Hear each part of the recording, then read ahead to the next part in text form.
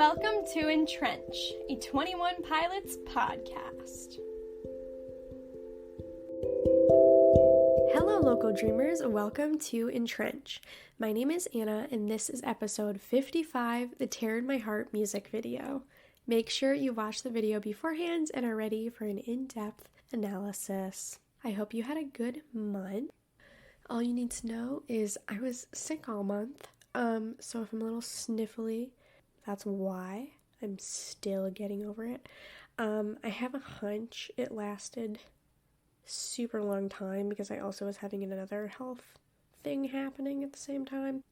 And I just have a suspicion they were interconnected because as soon as the other thing resolved itself, the cold shifted, but it didn't go away. And so I almost wonder if the other thing, prolonged the sickness somehow. I don't know how bodies work, but yeah, my body was very unhappy with me this month. So hopefully you guys are staying healthy, and if you were also sick, just know we were in it together. I also, because it's that time of year, I bought myself my first ever own little Christmas tree. It's 4.5 feet, and I love it a lot. I initially was really wanting a white tree just because I love snow, but I found one that did me even better, and it's green, but it looks like it has snow on it. I think it's called flocked, is the technical term, but there's also berries and pine cones on it. I love it a lot. And then I put all of my ornaments from childhood on it and a little star on the top.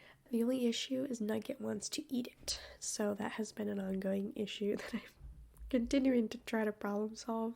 Using mandarins / orange citrus has worked, but I don't want to keep wasting my fruit. So she's doing okay right now. I don't know. It comes in phases where she's gnawing on it and then she leaves it alone. It's been a rocky time because, now that she's 2, I almost never have to chastise her. So it feels really weird that I'm having to chastise her a lot. I feel like there was something else I was going to mention about me month. But yeah, didn't really do much and was wanting to podcast, but I was I'm gonna sound terrible if I do, so I'm gonna not. And so I'm sure I don't sound 100% now either, but I sound much better than 2 weeks ago. So that is that. I still feel like I was gonna say something else, but if it was that important, it'll come up later or it won't, and it's okay. Something I will note though, as far as the podcast, that will also be reiterated in the closing, is I have officially decided to delete the Facebook group because I feel like no one's using it anymore, and I'm barely even using it anymore. And so it kind of just feels like it's not serving anyone or adding much value to anything. So still have Instagram. I just think especially compared to 2020, Facebook is used so infrequently now in general, especially among younger people who I know are the majority of my audience. Certainly not everyone, but yeah, because of that, it doesn't really seem like anyone's needing Facebook group, and there's nothing I couldn't communicate either via this, via the actual recordings, or via the Instagram group. Anyways, I'm eating the snacks my Secret Santa gave me because they got me all of my favorite snacks. Very kind. We had a particular budget. I go into work and see this huge box on my desk, and I'm I feel like this is way over the budget. But I'll take it because it's all of my favorite snacks. And vanilla Coke. Vanilla Coke is my favorite. If you have never had vanilla Coke, if you like Coke, if you like pop, you have to. It's a requirement. Please. Anyway, I hope your month was good. Something else I want to talk about, as many of you know, some of you may not, 21 Pilots this past week. Was it on Thanksgiving? It was around Thanksgiving. They came out with a 10-hour ambiance video of instrumentals of their songs, and the visuals, they're Creature Ned from the Trench and Scaled and Icy albums, and he's sitting chilling by a fireplace and sleeping, and so it's just a cozy thing. If you don't know, ambiance videos are basically instrumental videos, in this case 10 hours, of just really calm, peaceful sounds that you can work to, read to, do whatever you want to, because, there's no lyrics, which is really nice. I really like that I can now listen to 21 Pilots music, but without lyrics, if need be. And I use ambiance videos all the time while I'm working, sometimes when I'm reading. I use them a lot, so I was very, very excited that they made an ambiance video. And for those of you who have seen it, and even if you haven't, I wanted to just go through like what all the visuals in the video are, because there's a lot of like Easter eggs and allusions to different band things. And so I just wanted to talk about that and also open the discussion if there's anything that I missed, because I'm sure I probably missed something. I didn't watch the full 10 hours, and it's not necessarily something you like watch. It's more something you put on in the background, but you can also like sneak peeks of the visuals. They just don't really change much, but there is a computer screen in the background, and I think it turned on at different points, and so I might not have seen everything that was on the computer screen. That's also why I wanted to just open the floor if I most likely missed something, to ask people to chime in, and I can add whatever I missed on either next podcast or communicate it via Instagram or something. So starting now, I'm cutting in with crappy audio, so apologies, but I just wanted to add that I did not mention what was on the screen on the computer in the video, which was Tyler working on the new album, presumably, in his studio. So let me know if you saw anything else on the computer. That's all I noticed. Without further ado, I'm going to just go through what the visuals were. So we have Ned, who is a character who comes up in Trench and Scaled and Icy. And for those of you who don't know, he's just like this fantastical creature. He's like this little white, fluffy mammal with little horns on his head. There's another band. One of my friends is wearing merch for this other band. I forget which band it is. Some of you might know, but there's this other band who has a creature logo, and it looks very similar to Ned, but it's not. Basically, it looks very similar to Ned, but the horns are longer. But anyway, Ned was introduced in their Chlorine music video, which is from the Trench album. So we'll get to that eventually, and I can explain as much as I know of Ned later on. But anyway, he's the focal point of the visual for this ambiance video, and he's sipping on chlorine, which is obviously the lyrics and meaning of the song Chlorine. So he has this little plastic cup by him with blue liquid that is chlorine. And then there's also I believe there are tanks in the background that are also from the Chlorine music video. Just the tanks that they filled with chlorine and transported around in the video. There's a bunch of books. This doesn't really mean anything, but I was just sad that none of the books had titles on them, so it's not like I could analyze what their book choices were. So I put a frowny face next to there's no titles. There's a plant, and I'm pretty sure, at least to me, it looked like it had yellow flowers, which would be an allusion to Legend, which is also a Trench song. So I thought that was cute. There's a gas mask if you look closely, and that's from Lane Boy, which is coming up next, the song that we're going to analyze in the video. And then there's a Tyler Instagram photo with Ned. It just shows like Tyler's leg, but then Ned's sitting and staring at the camera. I'm pretty sure he actually posted that on Instagram at one point. And then there's the snowman and polar bear from the Christmas Saves the Year music video, which very likely is going to be my analysis this month as well for my bonus podcast, so get ready for that. That's going to be like the hardest thing I've ever analyzed because it's so random. So trying to pull spiritual things from it is going to be challenging, but I'm up for the challenge. Then there's a landscape drawing, and to me it looked like the mountain landscape that is in the Jumpsuit music video, and that's also a Trench song. We have the Scaled and Icy logo from the most recent album, so their normal band logo changed to this other logo that kind of looks like a trident for their latest album, which I still don't fully understand why the logo changed, but also we can maybe analyze that more in depth when we get there. And this logo is also next to a drawing, and I don't know what you guys thought the drawing was, but I thought it looked like plane wings, which alludes to both the original logo and 21 Pilots, All My Sons, the entire basis for the band name. So I thought that was potentially a really great juxtaposition next to this really warped and different logo that has currently taken over. And then there's a written note, if you look closely. Also, I was observing all of this on my TV screen. If you're on your phone, it's probably going to be a lot harder to see all of these details. So it really helps looking at a TV screen. The note says, "It's to Ned from Ned." So there's also like a billion Neds. There's more than one, and I'm pretty sure they're all named Ned. These creatures don't have different names, they're all Ned. But the note says, "Ned saw Clancy," which Clancy is also introduced in Trench and is essentially like Tyler's character's name, if that makes sense.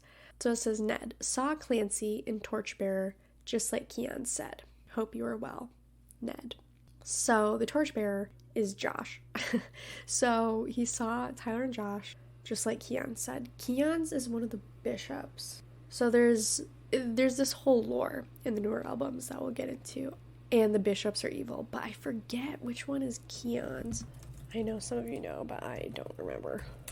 So I'm pretty sure Keon's is supposed to be the one good bishop. I don't remember if we have a face to Keon's or not. I'm really unsure because I'm so rusty on all of the lore. But anyway, Keon's is a bishop. The bishops are generally the antagonists in this lore that they've created. But I'm pretty sure Keon's is the one good bishop. But I can't remember if it's been revealed who Keon's is or not. So anyway, that's what the note says. And I don't know if I'm assuming that's completely new information that is just built on previous lore, as this is a new video in between albums. And they tend to like to have like a little rabbit trail as they go. So that was the note. I'm assuming if we don't yet know who Keon's is, it'll probably become clear in the new album. So basically, the lore is all fleshed out through the music videos. So it'll also make more sense when we analyze the music videos more in depth. And this might be redundant for a lot of you, but again, I'd rather assume that there's people who don't know all this information than otherwise, because otherwise it would just be really confusing to try to be listening to any of this discussion right now. And sorry if it is anyway, if I haven't been thorough enough. But basically that's the most confusing part. So anyway, a last couple things for the ambiance video. The fireplace is like in this metal tube thing, and just the way that the fireplace looked, I almost wondered if the entire room that Ned is in is potentially inside a submarine, just because it looks like it doesn't look like a normal fireplace. And if it is in a submarine, that alludes to the Saturday music video from Scaled and Icy, which I thought would be interesting, because they were all in a submarine. So I'm assuming if they were in a submarine, there's probably more than one submarine in this world. So I thought that was an interesting idea. And then finally, it says 21 Pilots, and my eyes, it looks like it's covered by green tape, which could also allude to green being one of the colors in the next album. We will see. I know people have been wondering like purple and orange because those colors haven't been used yet. But also green could allude to Blurryface Trench, because green is one of the colors for Trench. So I don't know, I just thought it was interesting that it was covered by tape. And the tape had a particular color. I feel like that probably means something. Like they don't just use colors willy-nilly. Like they've never been that way. They've always intentionally used color. So that's why I also thought it was worth noting. But yes, that's the video. I would highly recommend though that you put it on if you have work to do, if you want some instrumental music in the background.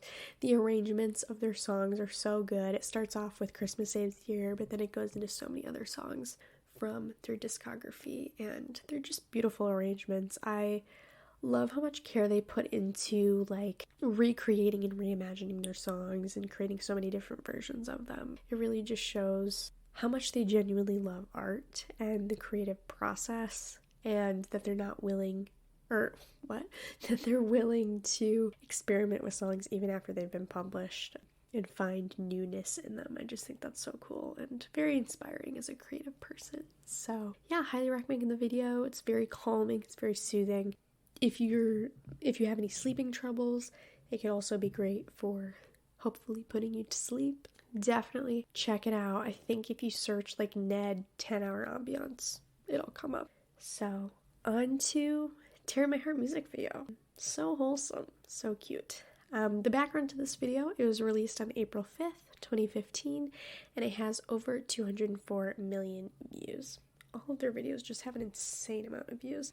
So, digging in, I looked up to make sure I knew where the video takes place, because the different settings and accessories in the video are of some type of Asian culture, and it turns out it's in Chinatown, LA.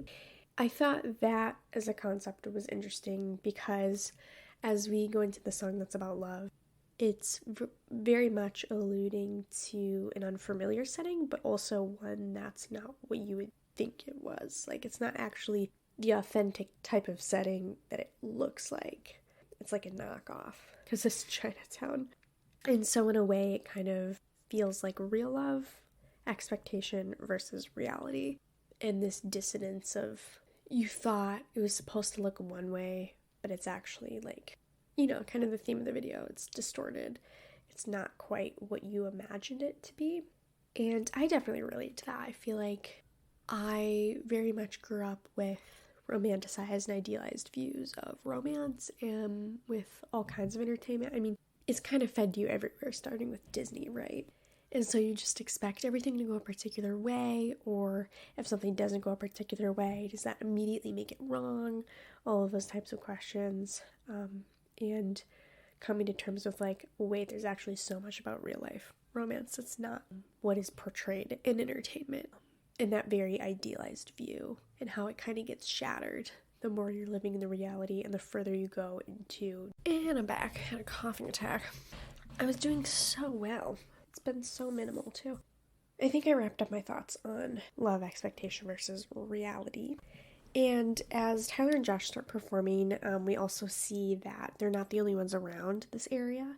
There's also some older people sitting and talking, and it particularly flashes to them first when he says, sometimes you gotta bleed to know. And I feel like that lyric juxtaposed against, I don't know, I just said that really weird, against the two people talking and enjoying each other's company is kind of showing how you can find comfort in vulnerability and cultivate trust, but in contrast, like, that's very much not where Tyler is currently at, and especially as we're new to romance and love, it can be a very scary thing because there's not much quite like it as far as depth of feeling, as far as effects of the feeling.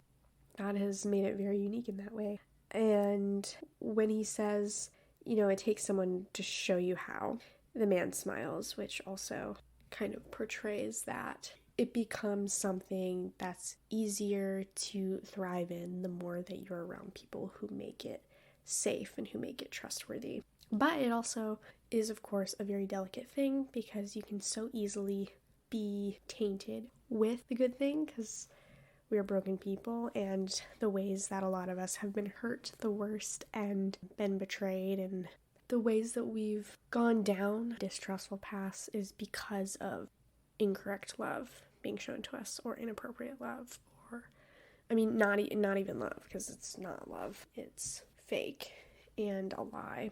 And so many of us have to also go into this scary place of vulnerability in love by first going through something not good, which is devastating, but yes, I have been there, unfortunately. But also, I feel like it helps you really start discerning, like, what is true and what's not, and what it actually means and what it doesn't.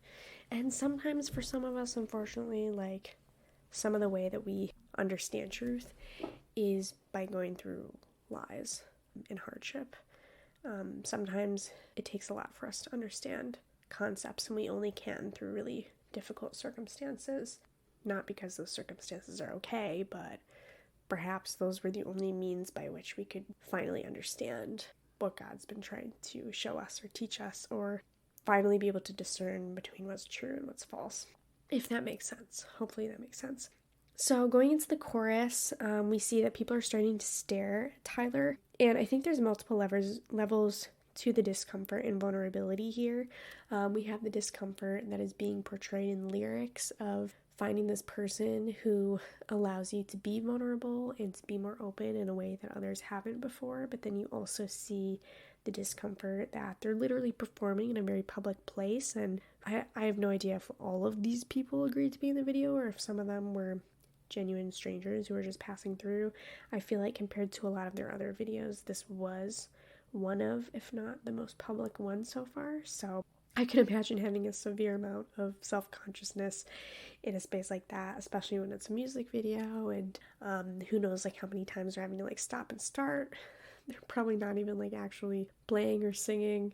I feel like I would feel incredibly awkward, but I thought that was an interesting like literal layer to add on top to the already symbolic and lyrical layers going on. And then in verse 2, this is when the eyes of the people staring start to distort as Tyler's looking at them. And I think this kind of shows, again, continued mistrust or this feeling of going crazy because love is so all-consuming, and it can taint a lot of our thoughts and really just change our brain in ways we maybe don't expect, because it's just such a powerful thing with so many chemicals going on. And love in a way is just so vulnerable because it can make you out of control, literally, in a lot of different ways that we're not used to, or that a lot of us, for various reasons, are very uncomfortable with being out of control in various ways. People talk about that like drunk feeling when you're in love, or just feeling like it kind of takes over your entire mood, and can affect a lot. And that is why it's so important, but that's also why it can be so severely misused and abused, because it can be so all-encompassing in a way that a lot of other emotions can be more contained. It's not necessarily as containable as those other emotions. But yeah, there can also be a mistrust of like, how can I let other people, even just like friends and family, come alongside me in something that feels so vulnerable, and trying to discover that dynamic of like, also the layers of people, of like who's the inner circle that gets the most details. I think those are very important things to discern, that not everyone should get all the same amount of details, let alone like if you're going through a hard patch, the partner, like it's really important to discern who should be involved in the processing, conflict resolution, any and all of that process as well. And even just like having people who are consistently safe for you to go to in just questions, and discerning like, is this someone I want to marry, or is whatever they're doing problematic, or whatever it might be. I've definitely learned firsthand that the tendency to want to hide or avoid talking about anything is probably very likely a red flag.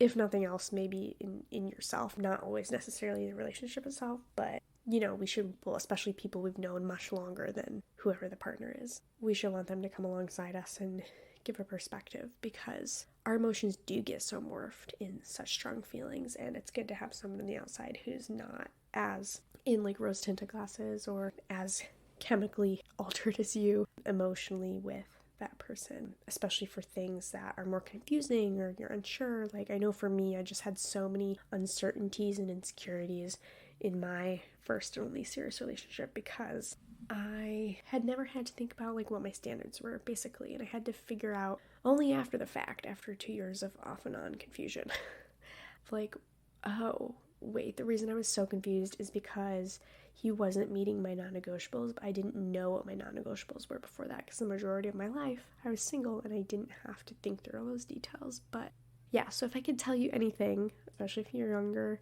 or newer to romance, I would say figure out what your non-negotiables are as soon as possible, because it is worth it. Similarly, as a Christian, like, figure out what you're looking for in someone being a Christian.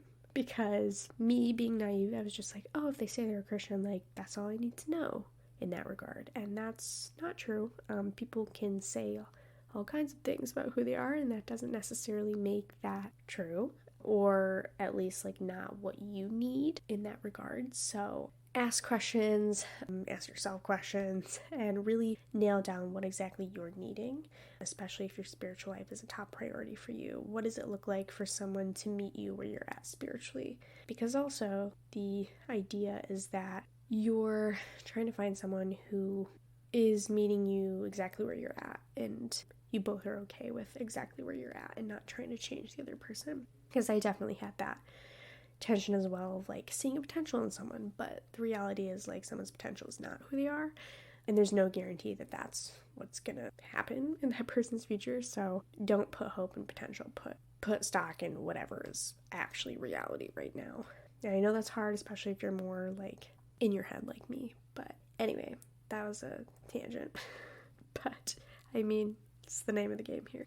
Yes, he's like messing around with the mic and like fidgeting with it a lot, and I feel like in general he's holding it very precariously, like it might drop, and I think this just further promotes the nervousness, and even nervousness with the fact that he's giving this message, that he's literally verbalizing all of this, because it is in its own way a very different kind of vulnerability, and a new vulnerability than he's shown in his other songs. He's shown plenty of vulnerability before, but in very different capacities to romance. And then he's shaking his head at one point, which I think a lot of times in this era, at least, that can kind of be a sign of blurry face or trying to like shake off blurry face. So I kind of took that as blurry face is nearby with doubts and insecurities on top of the mistrusts and the distortions going on. And so along with that, as he continues to see all these distortions happening in the people around him, it kind of feels like the distortions are being exacerbated because of blurry face hounding him internally, and so the external things are more just confirmation bias that maybe the other people are feeling what blurry face is lying to him about already in his head. And he does a double take at one point with the distortions as well, which I think also shows that it's not only a mistrust of other people, but he's dealing with a lot of mistrust of himself, which again can be fixed through practical tools like non-negotiables and working on self-esteem. That's something else I'd highly recommend. If you feel like you have low self-esteem, I think you should definitely work on that, ideally before you get into a relationship, because you're valuable, and not because anyone says you are, like you just are, especially if you believe that Jesus died for you. That is one of the biggest showcases of your value. And so, yeah, I think it's also really important to work on that before you're ever dating anyone, or like press pause to really focus on that more than putting someone ahead of you, because you can't give to someone if you're not even treating yourself well, and that includes self-talk. It might sound severe, but when I was working on self-esteem with my therapist, for all intents and purposes, we called it self-harm. And obviously it's not the type of self-harm that you think of when you think of self-harm, but it very much causes like just as much damage. Just because it's internal doesn't mean it's not any less damaging than physically harming yourself. That being said, please take it seriously if you are being very, very negative and hard on yourself, because it's worth. You can improve. I've improved insane amounts since a year ago. So also know that it is possible to change, and to change the way, and the defaults, and the ways that you speak to yourself. I hope that you can see the value that you have, that others see in you, and God sees in you, because it is true. We're not exaggerating. Your value is truth. Going into the bridge, with my smooth transition, this is when the buildings shatter. And to me, it's kind of all of this distrust and doubt and insecurity is now being shattered, and now we're going to rebuild truth. This is very much the turning point in the music video, because then Jenna, who's now Tyler's wife, comes onto the scene, and as he looks at her, her eyes do not distort. The only person whose eyes have not distorted since they began distorting. And I think this shows that she sees the truth in him, and he also sees the truth in her. You know, kind of see through the crap, because it's not getting distorted. And also, just this clarity of like, oh, this person isn't scary. You know, these distortions were all like, oh, kind of weird, but the lack of distortion is proof that like this person feels really safe, and that's a good thing. So Tyler ends up following her, which is also a big deal because he's walking away from the piano and Josh. But I think this further shows that he trusts this person, that this person is really helping him regulate all of the negative feelings. Maybe that's not the right wording, because like you have to do that for yourself, but she's giving him external evidence of reason that he can rewire his internal thought patterns. And that's a more accurate way of stating that. Then when they get in there, I love when Jenna sings the line, "Sometimes you gotta bleed. Sometimes you gotta bleed to know that you're alive and have a soul." She sings it in place of Tyler, which I'm pretty sure is the only time in any of the videos when someone other than Tyler sings the words. Which I also think is very fitting.